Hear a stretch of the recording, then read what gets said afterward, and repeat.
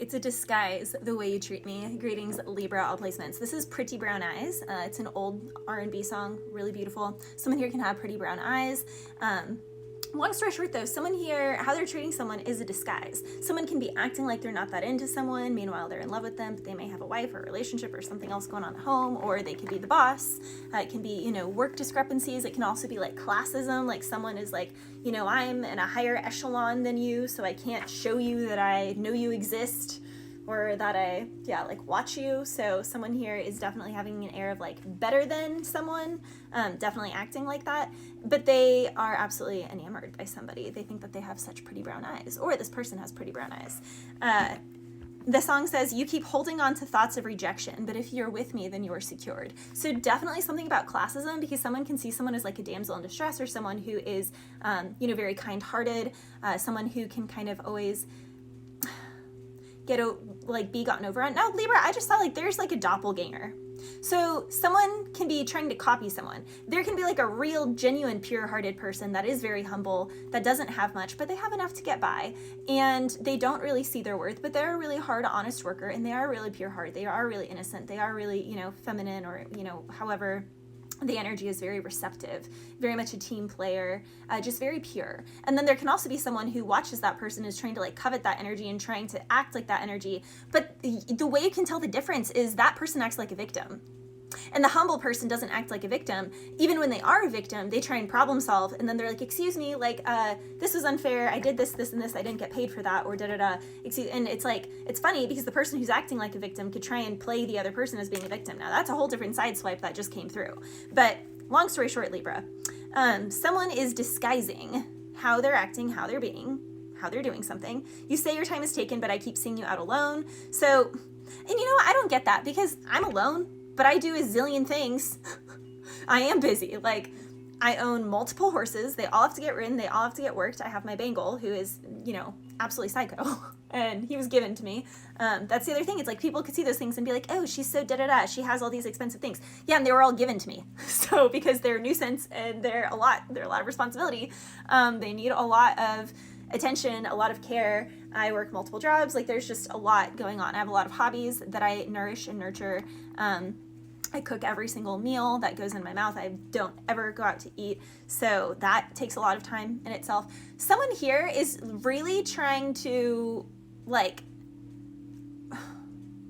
literally figure out every minute of someone's day. Someone's like, you have to have time for me. But here's the thing, Libra, even if someone does actually have the time, people are allowed to just want time with themselves to figure out, their next creative process, especially artists.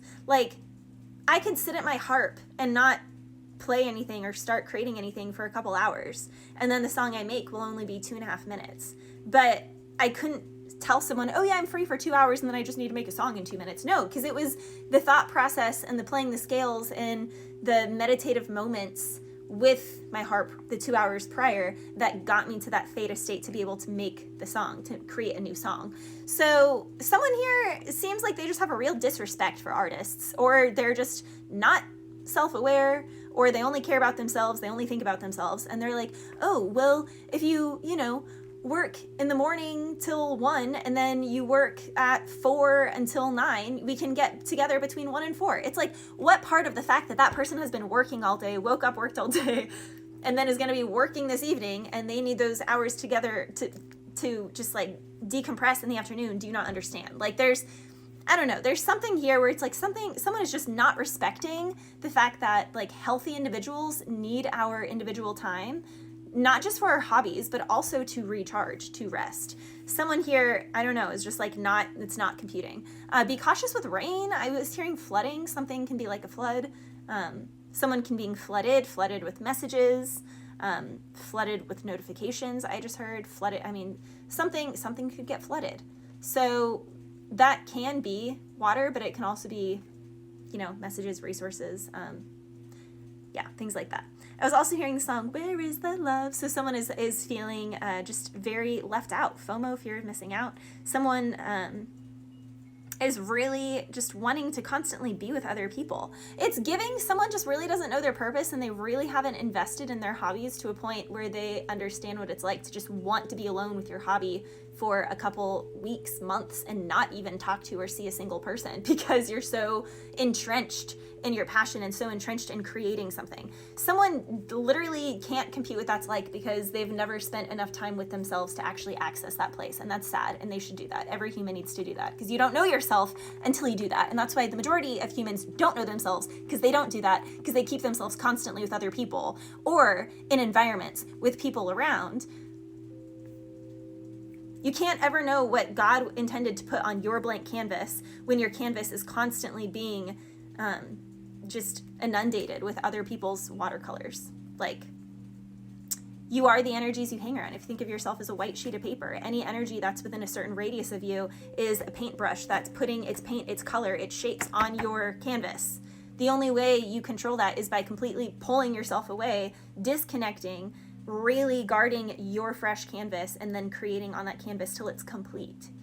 Someone here needs to do that too. Someone here keeps like starting something, but then they're like, they get freaked out and they're like, wait, I need attention. Wait, I need just social interaction or something. It's like, no, you don't. You actually need to work. You need to put in hours on what you care about. I'm hearing put your money where your mouth is. Someone here might be spending too much money to hang out with other people, like going to shows or getting drinks or whatever it is, going out to eat or even just coffee. That adds up quick.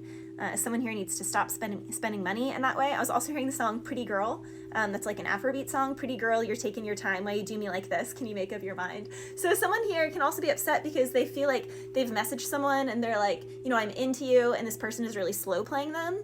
But this person can also be slow playing because they want to see who someone is through multiple seasons. Someone here is like, yeah, I'm used to people love bombing. No one really sticks around to like observe me through multiple seasons. No one has ever pursued me. And then when I don't immediately give in, no one has like stayed around to really like get to know me through multiple seasons or multiple years. Someone here, they're not trying to slow play someone or, confuse someone. They're not taking their time. I mean, they are taking their time, but it's more like, okay, it's nice to meet you. Maybe you are someone that I want to date, but I want to see who you are in spring, summer, fall, winter.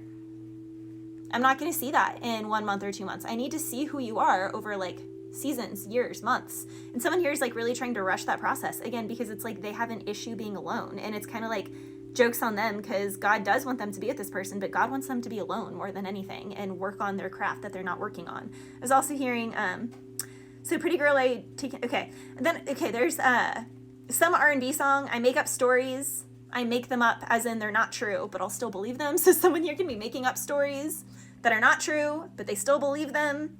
That's why my moods can seem so out of the blue. I'm sorry for that. I need a love that closes the book.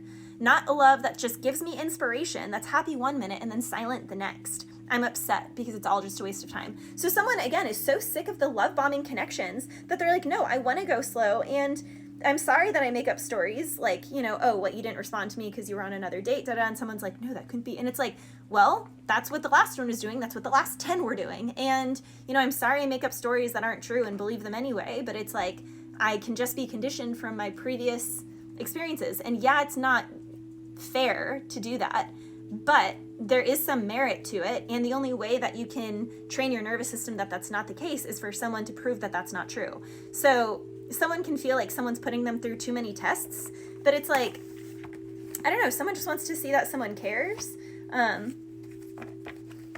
Someone wants to have some staying power. Someone can also be really nervous about messaging. Someone wants to know if they're messaging too much. Someone can also be messaging too much, and then they're upset when someone doesn't respond.